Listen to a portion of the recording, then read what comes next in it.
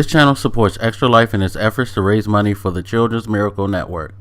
For more information about how to donate and join in their efforts, go to the link displayed here. Extra Life. Play games, heal kids. What up, everybody? This your boy RAIDMAX, and it's that end of the year stuff that we usually get into. Now that the awards are being given out or being discussed at the moment, I figured I'd just go over the games that I enjoyed the most this year. So didn't play a lot because there wasn't a lot that I really wanted to get this year. And two, because there wasn't a lot I could do financially while gaming wise, so I couldn't spread myself like I normally do. But still, I had a very, very enjoyable 2018. I think the 2018 was one of my more enjoyable years. With the games that left a big impression on me that hit this year. So there's no particular order, but just going down the list of the games that I've found most interesting and most entertaining for me. Let's start out with Detroit Become Human. I know David Cage games get a lot of flack, and I have always said rightfully so, because the guy can have a level of pretension with some of the things that he does. I am one of those people who is not some unabashed fan of his, but I'm not also a ardent hater of his. I find what he does interesting, and I can generally find something that's appealing from his games. Mind you, I've only beaten 2 of his games, and that one of them is Detroit Become Human.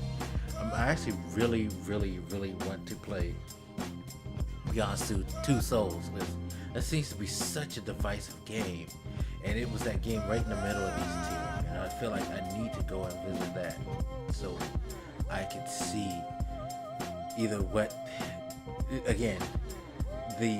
the hype is on those who like it, and what the hate is for those who hate it. You know what I mean? Yeah, his stuff just generally strikes that chord with everybody, and it's crazy how it does that. But I found Detroit very, very interesting. I thought it was probably his best crafted game as far as game design. Yeah, I could see some of the reasons people will have problems with the story, but I thought the story was interesting enough. I mean, it was a little too on the nose at times as what it was trying to convey, the message it was trying to convey, but I thought it did a good job in conveying it overall. I should have played it a lot more to see what other endings are. My ending was a shit ending, by the way. Damn near everybody who I cared about died, so I just fucked it all up. But it was an enjoyable experience for the 6 to 8 hours I played it. And the thing I find interesting about the game is some people say they'll finish it in a couple of hours, some people say they take 10. And it's always the reason I think I enjoy it is because it's a good conversation game.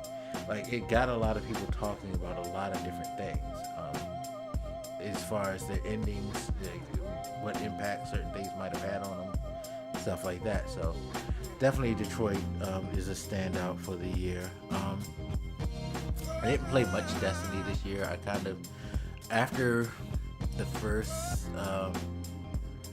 period of Destiny passed, I resolved myself to play more single player games. So I can't put Destiny on that list. I know a lot of people are shocked by that. But I just wanted to mention Destiny 2 because I still follow the game, and I'm still a fan of it. I am going to go back and play that game again eventually.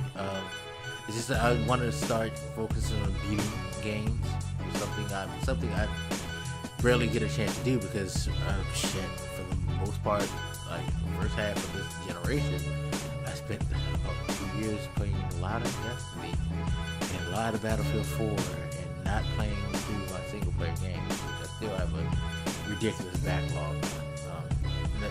it's interesting to see how the ebb and flow of Destiny has gone. Things really haven't changed. People hate it, people love it. But I always appreciate Destiny, and I will definitely get back to it. I just wanted to mention that, just because I'm sure some people are wondering why Destiny isn't going to be like a part of this list. I just wanted to throw it in there.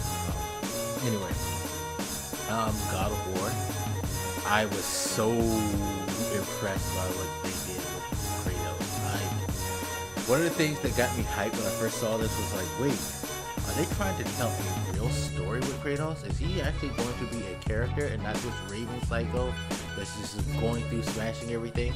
While it was fun playing Kratos in the other games, Kratos had really no substance to him. He was just a blunt object that tore through every fucking thing.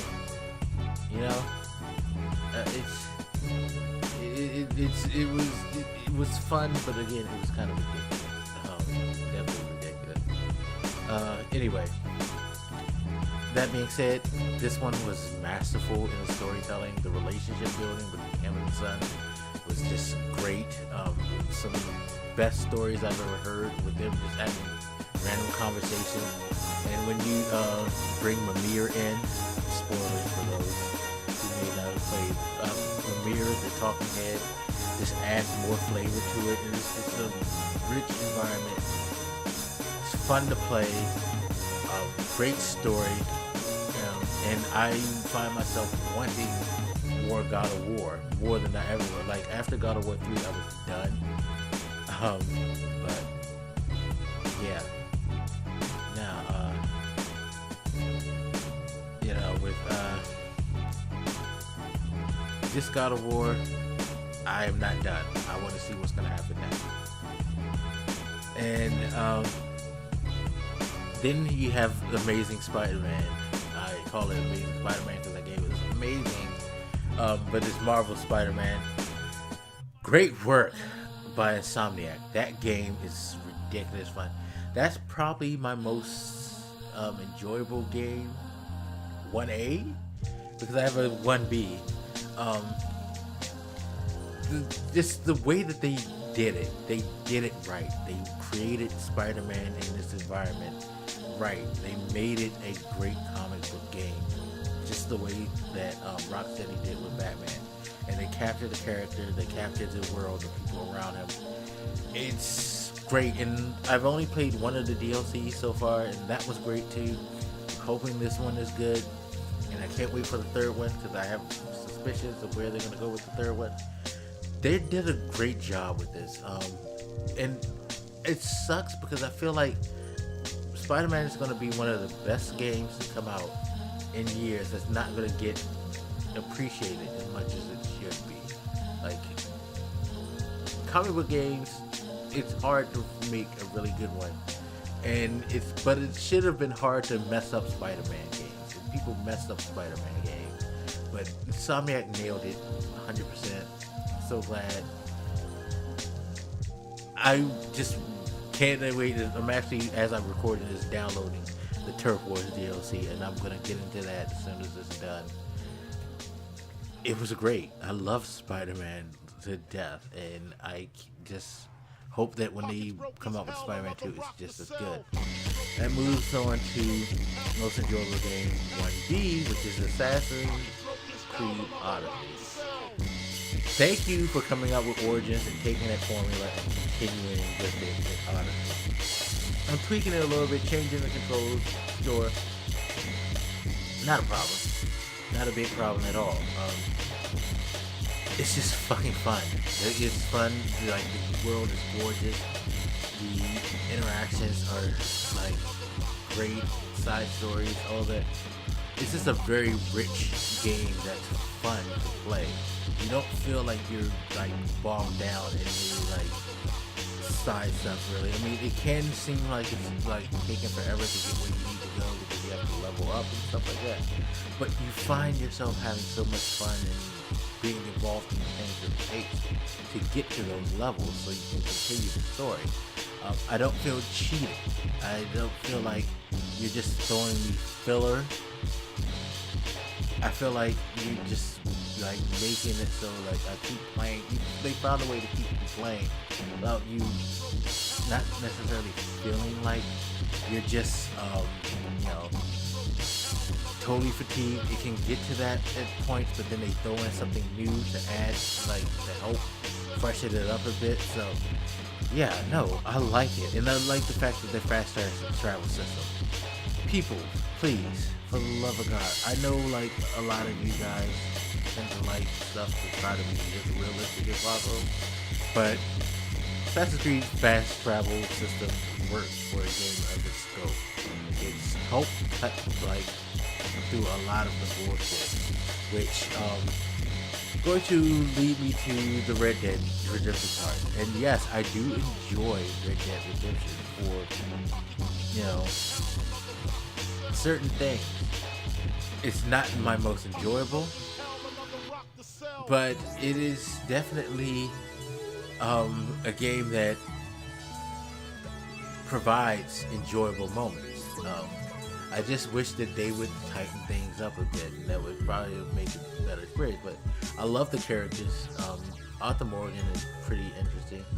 I'm not too high on Dutch because I guess because we've seen the like far extreme of Dutch, that I'm too busy waiting for like when that like starts to happen. He keeps lending to that like far extreme coming, but as with Rockstar games, they want to stretch shit out until like you finally get to the heart of the matter. But it is fun. I can't say that it's not fun in certain areas. I just feel like at the end it's going to end up being one of those things that ends up being more mature. But as of now, it's on the low side of enjoyable. But yeah, those are pretty much it. Oh, and MLB The Show 18. I always mention that because I love that series. That will always be on the list as most enjoyable. Sony San Diego knocks it out every year as far as I'm concerned. It's the only baseball game on consoles right now. It's the best baseball game made, bar none. I'm sure there's not going to be anybody who's going to be able to come up with anything better. And I lied, it's not the only, but it feels like it's the only baseball game. Just that nothing seems to compare to MLB The Show, which sucks because that license is out there for anybody to use.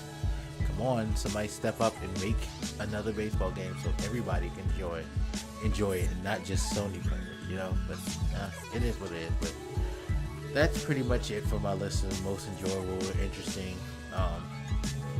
games that I've played this year. Let me know what you guys have played and what you found the most enjoyable from this year's releases of games. This was this year release. I made sure to keep it to everything that was released within the 2018 calendar. So if you can, please do the same. Anyway, as always, feel free to hit me up. Let me know what you think, and I'll talk to you later. It's your boy Blak, and I'm out. Deuces.